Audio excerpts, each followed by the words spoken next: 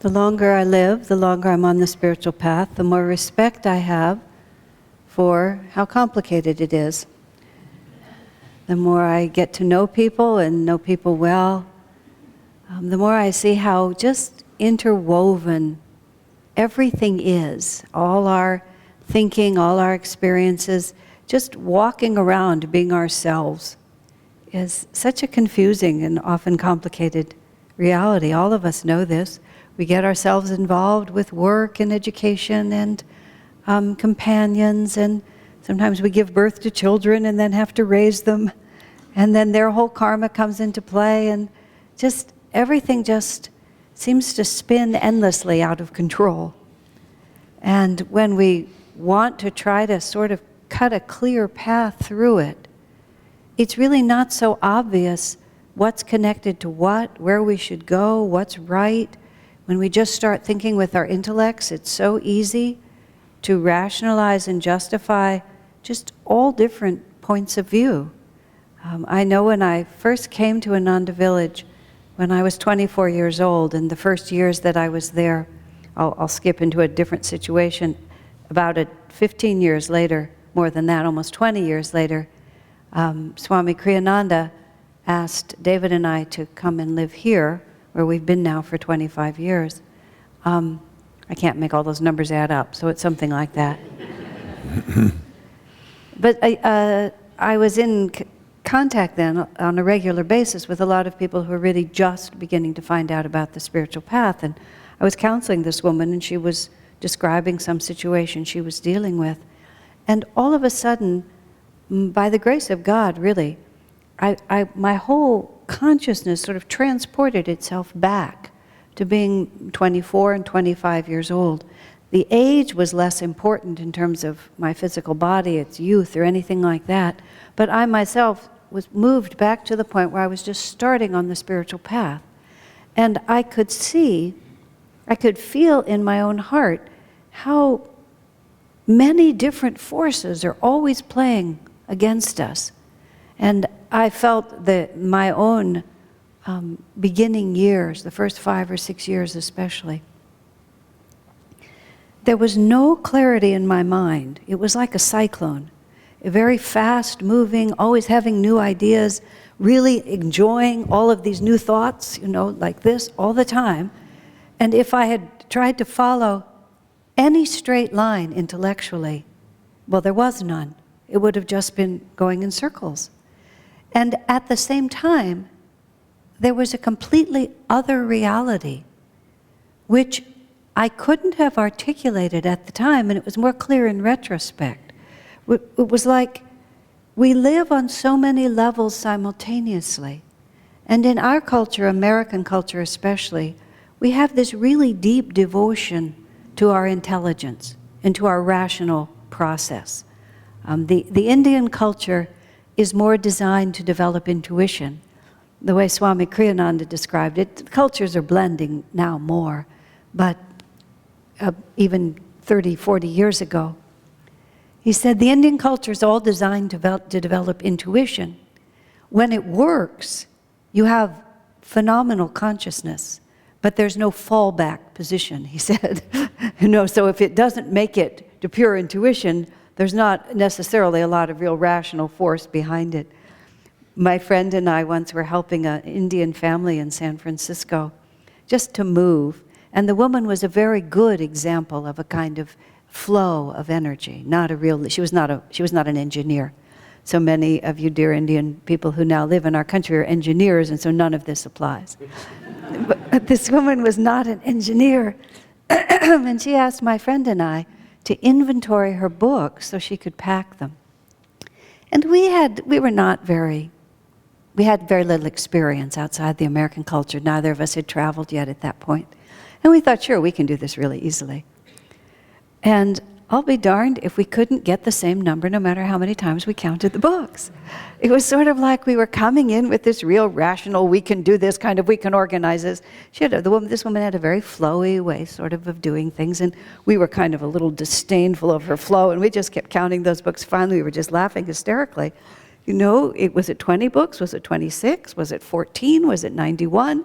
We just could not bring anything into order, with our little brains. It was like a force trying to speak to us on a much deeper level that says, the most important thing in the world is not necessarily to have all your little orderly thoughts. And that isn't really necessarily where your life is happening from at all.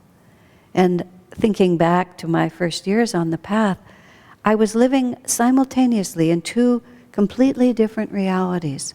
One of them was this energetic spin, which I would call my intellect, which was just having a heyday.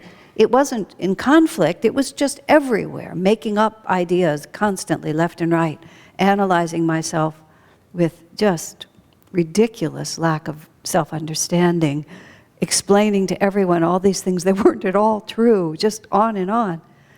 But another part of me, which was my soul, there wasn't the slightest hesitation or the slightest lack of knowing.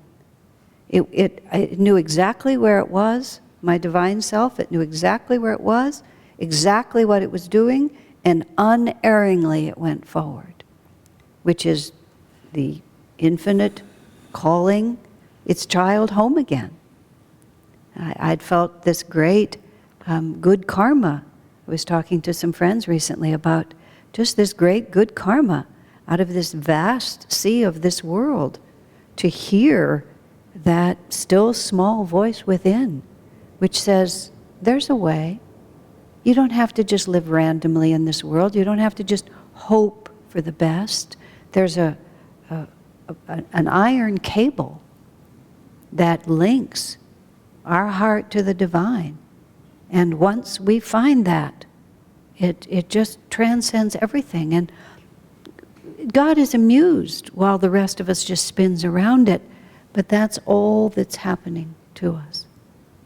In the reading today, we're talking about this web of karma that we can't see from where we stand because it's just too complicated for us to look at the edge of it and know what we're looking at. It's only when the masters look at it from above that they see how all those different pieces come together.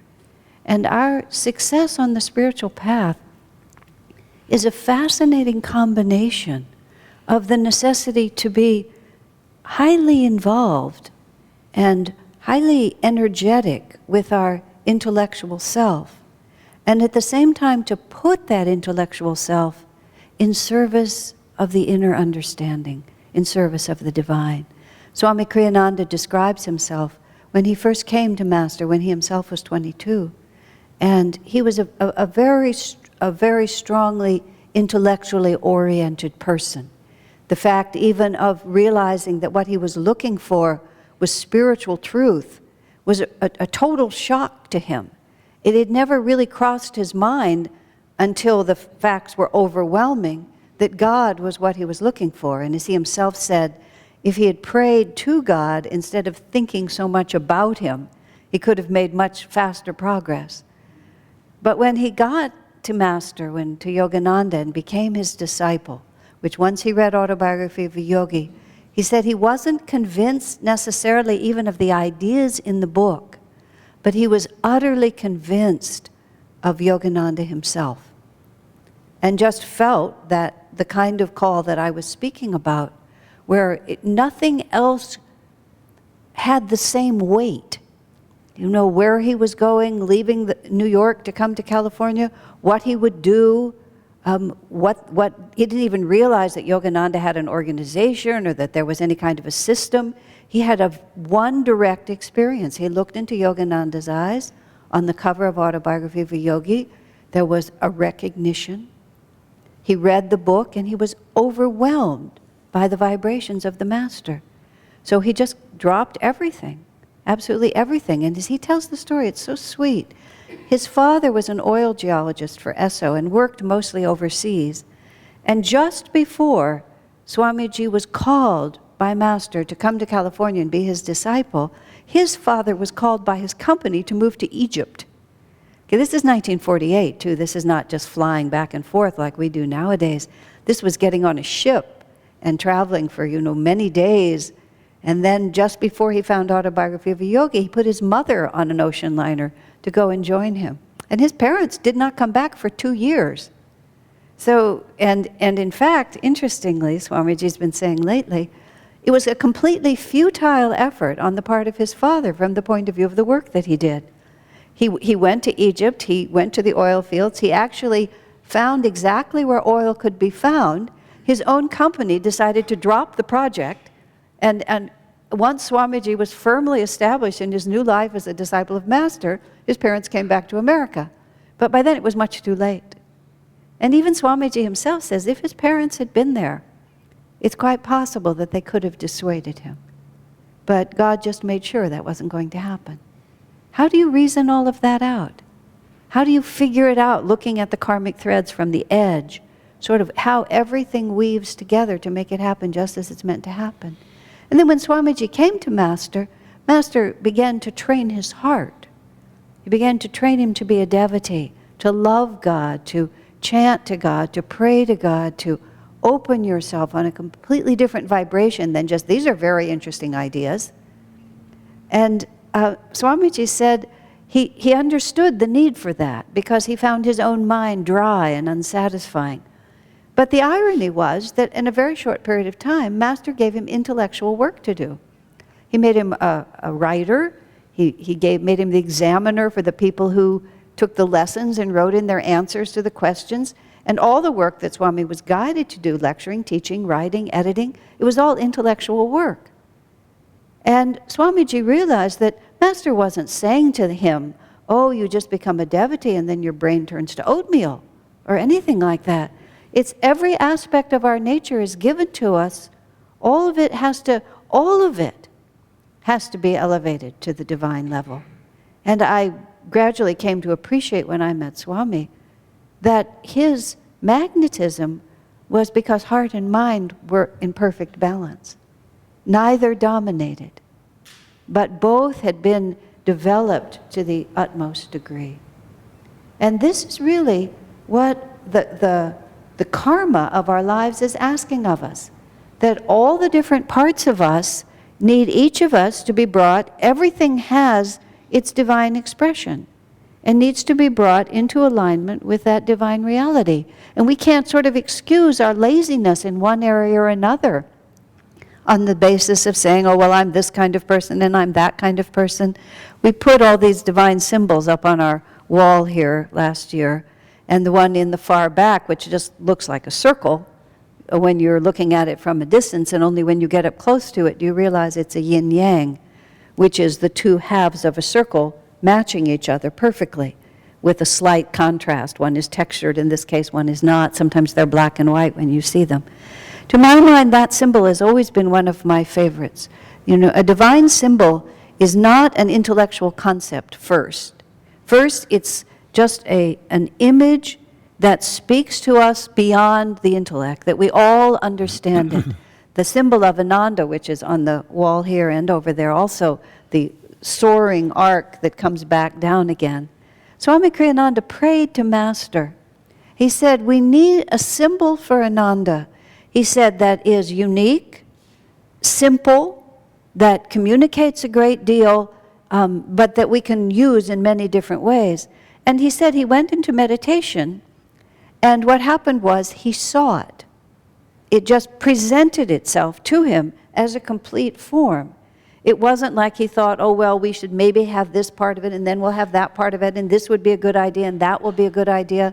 When the intellect tries to make things happen, it often tries to get all the pieces and then assemble them all like this. When the heart knows something, it just knows, just like that. And so in a superconscious state, he saw the symbol. And then Swamiji said it took him, he said, about 80 tries. He just, piece of paper after another, because what he had to do was he had to reproduce with his own hand what had just shown itself to him. And then after he looked at it, he saw, oh, look, there's a mountaintop at the bottom. You know, one goes to the top of the mountain.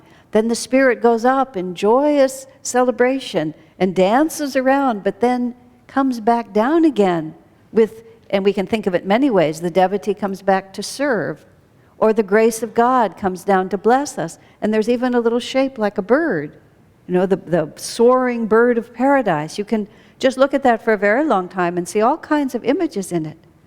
But the mind saw all those things afterwards. First, it was just simply there. I've enjoyed the times that I've worn that symbol. How many times people who have nothing to do with Ananda and have no idea will just say, "That's so beautiful," because it speaks on some level to the truth within us.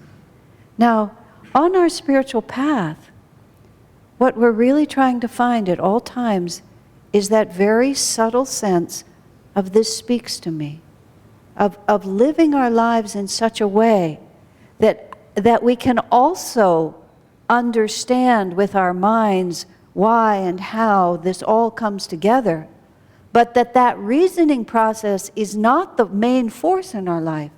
The main force in our life is simply that divine connection. And cultivating that divine connection is really the only responsibility that God has given us.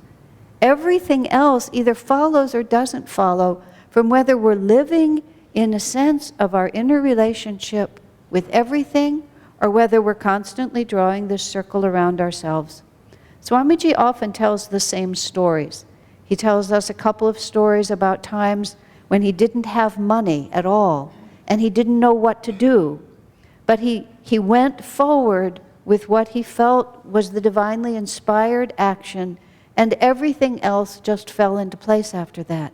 And he looks at us and he says to us, "Don't worry, don't be afraid. Love God, live for God, serve God. Give your energy to the main reality of your life, and everything else will follow."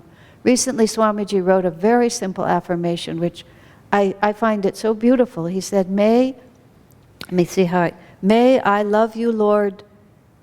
May there be so much love for you in my heart that there's no room for any other lesser loves. Now, that doesn't mean that, we now no longer care for our children or our pets or our plants or our garden or anything like that. It just means that let everything that I experience be an expression of that divine love.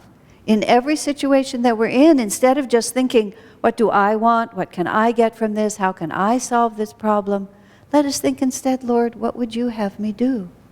How would you want me to act? And there's no situation in our life, this is what makes it so much fun, that's too small for that. You know, I go into the Long's drugstore, I guess it's CVC drugstore right near where we live, our community. We've all been going there for years. And you know, the people who make a career of working in CVC are people for whom that vibration suits them just exactly. And they're an interesting group. And the same group that's in there, and they've been in there for years, and you walk in there and my mind never quits thinking about these things. And I see this woman, this particular woman who, I don't know if she's a manager or what, but she seems to always be working in there. And her vibration is not similar to mine. She just lives somewhere else. And I look at her and I think, God is equally present in all of us. You know, God loves us all equally, not just Jesus Christ and Krishna, but the divine essence is the same in every single person. And I think, you know, what karmic condition brought her to have the vibration she has, and where is she going from here? Oh, how did she end up here, and where is she going? And then how can I, just in this little interaction, yes, I'd like 2 toothbrushes. No, I don't need anything. It's a credit card, not a debit card. Thank you, I don't need a bag. I mean, this is the conversation you're having. But when we stop and think for a moment that God is equally present in every atom of creation, in every moment of time. So how do we take even an interaction as meaningless seemingly as that and infuse it with the level of divine magnetism that it actually has? Now, of course, you can't start, taking the woman's hand, Babaji, Krishna, bless this woman, that gets you incarcerated. You don't really want to do that because it's not appropriate. She would think you were a lunatic, right? But nonetheless, God is there, waiting to be awakened. I used to work retail when I was in high school, and and a little in my early 20s. And I always remembered, if anybody who came into the store actually saw me as a real and independent person, it would make your whole day. Just to be recognized and to be loved. Everybody on the planet walks around with exactly the same needs. We get very sophisticated about it, but it's really just exactly the same, which is, am I loved by God? Am I loved by others? Am I worthy? In this deep-seated fear that maybe I won't be. That's what the mind spins out on us. We move out of the simplicity of the heart, the thwarting cross currents of our ego, as Yogananda refers to it. It just mixes everything up, and it makes us impossible to sort of tune into these cause and effects realities. But this world is so fascinating. This is what I was saying at the beginning. It's so inexpressibly complicated. And yet Swamiji has emphasized on many occasions, he said, everything seems complicated, but the closer you come into the divine reality, the simpler and simpler it gets. I'll go back to my clerk at the drugstore. Just trying to cross all the many lines between us. I'm sure if I went to her house to dinner, I don't know what we would talk about. But because when you're out in the complexity of things, there's all these differences between us. We're vibrating very differently. But as we come back into the stillness, then everything comes together. This is a soul longing for love. This is an individual seeking to be validated. This is a spark of the divinity. This is a bubble of the ocean that will go back into the ocean. We can never underestimate our personal power to both share and experience goodness and to create goodness in this world. We've just been through this national election, which of course for some of you is, some of you were very greatly involved in it. I observe it a little bit farther from the distance because that's not the level on which things are really going to happen. I'm not going to say it makes a difference or doesn't make a difference. I have no political stand. To be honest, I don't usually vote. And I didn't vote this year because I just can't understand how any of that really works. It's all just waves on the ocean to me. Whereas what we're really doing is that we're really transforming things from the root cause. And all of us as individuals, I profoundly and deeply believe, in our sincere and total dedication to God, we're doing more to save this planet than anything else that we can do. And if from that sincere and total dedication you want to be a political activist, you want to go out and plant trees, you want to have ecological causes, feed the hungry, whatever it is you feel inspired to do, but what will really create the change is that one-to-one reality wherever we are, realizing that the divine is as much present in this person and in this moment as he will ever be. And the only thing that is happening is whether or not I have allowed all the confusion of my mind to distract me from that thought. It never hurts to love people. You're never doing the wrong thing if your heart is open. That doesn't mean that you're always a doormat for people, or that you're always just sunshiny and nice. Jesus himself drove the money changers out of the temple because it was the right thing to do. And he angered people to the point where they crucified him. He really didn't keep the peace at all. But he was always in the awareness of the divine. He was always acting as God asked him to act. He was always conscious in every situation that he was not looking at people. He was not looking at hopelessness. He was always looking at the divine itself, looking back at him. It makes life so enjoyable. There's really no boring situations even then. A woman friend once had to ride a bus late at night in San Francisco for her work, and she had to go through a very bad part of town, and she was a little nervous about it, and there was really no choice. It was about midnight every night she'd have to ride that bus. She expressed her concern to Swamiji. He said really simply, he said, well, just pray for the people on the bus.